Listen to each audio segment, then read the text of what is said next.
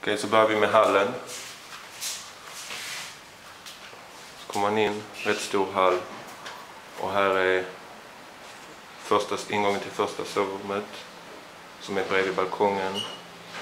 Där är vardagsrummet som går ut mot balkongen. Här är badrummet. Det är inte nyrenoverat. Fast den här lägenheten har nog bra potential. Här är toaletten. Det är någon som har bajsat i den. Så här är det rätt liten. Här är köket som är ganska smalt. Nyrenoverat. Det är inte jättefräscht, men